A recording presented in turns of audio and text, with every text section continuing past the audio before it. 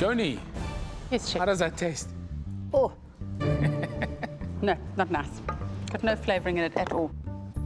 I cannot believe how bad mince tastes without any seasoning or aromatics put into it. It just tasted dead.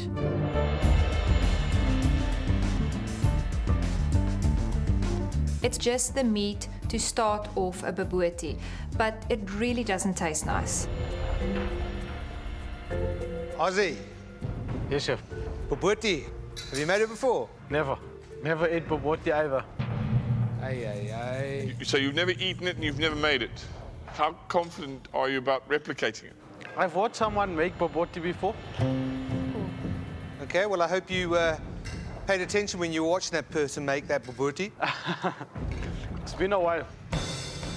It adds to my pressure. It makes me think that I'm the underdog in this elimination round, and I'm hoping that my taste buds won't fail me today. Joni, you can come up and pick your ingredient. Okay, this is your first step. Okay, I'm going with coriander. Coriander. Okay, great. I kind of go with the coriander because I think that's the flavour that is more prominent. So I'll go with it. Ozzy, come up and pick your first ingredient. Got the cinnamon sticks. Cinnamon. Cool. Right. Great stuff.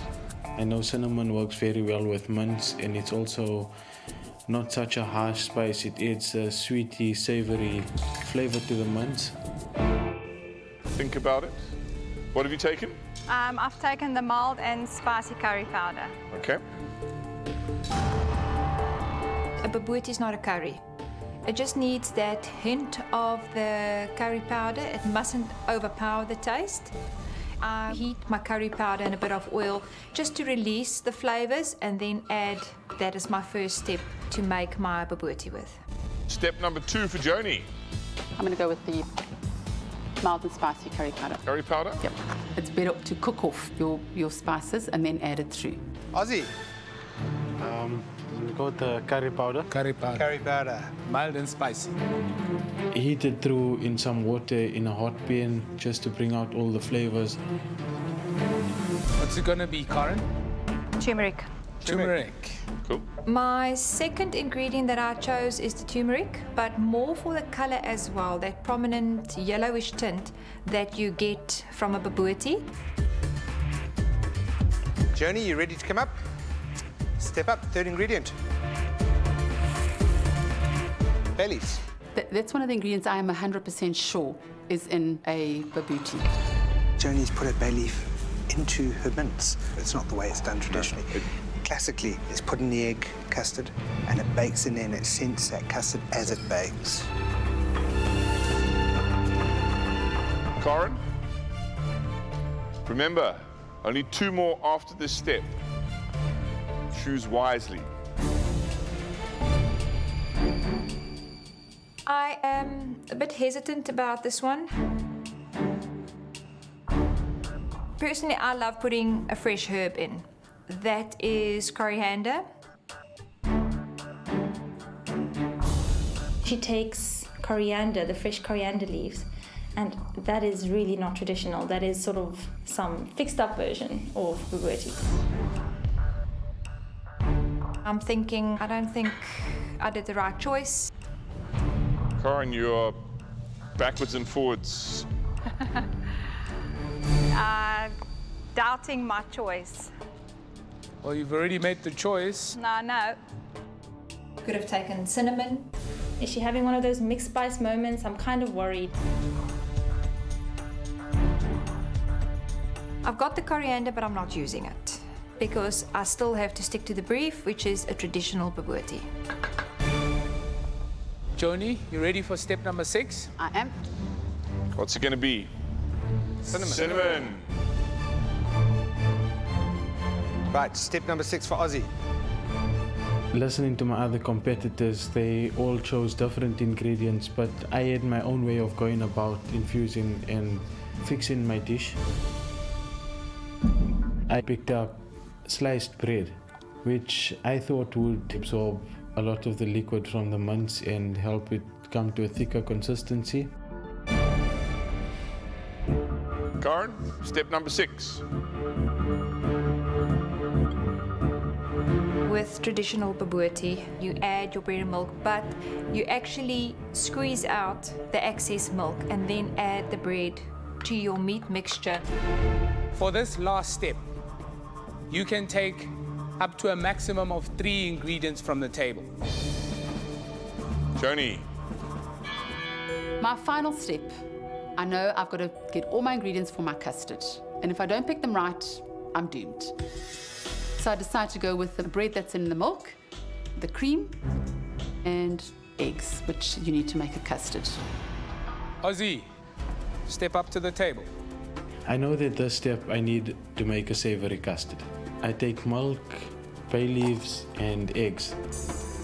Karen, are you ready to take that final 7th ingredient? Eggs, milk, and bay leaf. That is the traditional custard. You just mix your eggs and milk cold. That is poured over your meat mixture, and then your bay leaves is your final flavor enhancer, if I can call it that. That's actually inserted into your custard, into your meat, and it's into the oven. I whisk it up to a consistency that I like.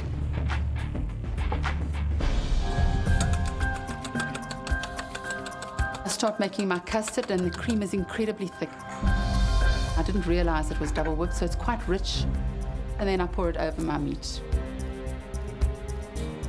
I'm just hoping I have done enough. I don't know. The judges will make that choice. I sit in front of my oven praying, hoping that it's going to set.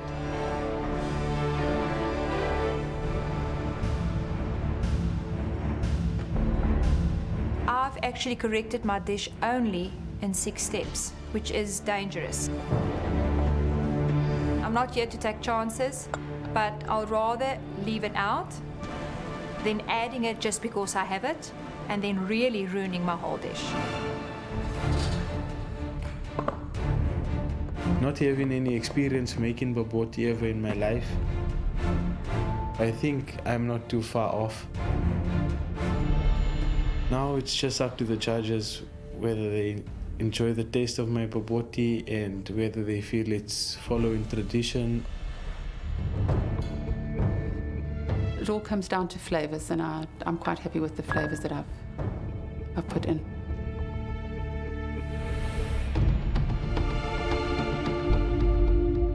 There's something we need to understand about today's task. We wanted the clearest and closest we could get to a traditional bobotie. We're looking for the balance of spice and sweetness. We're looking for a layer of custard. We're looking for a consistency of mince, and we're looking for your use of those ingredients through the steps.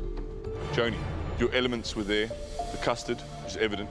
Spice, sweetness there. Maybe not as forceful as you would have liked. Certainly not from someone who's quite a spicy practitioner. Ozzy, your mince maybe a little on the dry side, and maybe a little heavy-handed on the heat in terms of spice. Karen, conflicted always about when to put yourself on the plate and when to hold back, and sometimes you second-guess your own judgment. Today, your bobotie, you got the steps, you got the layers. You took coriander, which was the wrong thing to do, but wisely chose to leave it out. I've done my best. I've trusted my instincts today. There's no more I can do. The next person leaving the MasterChef kitchen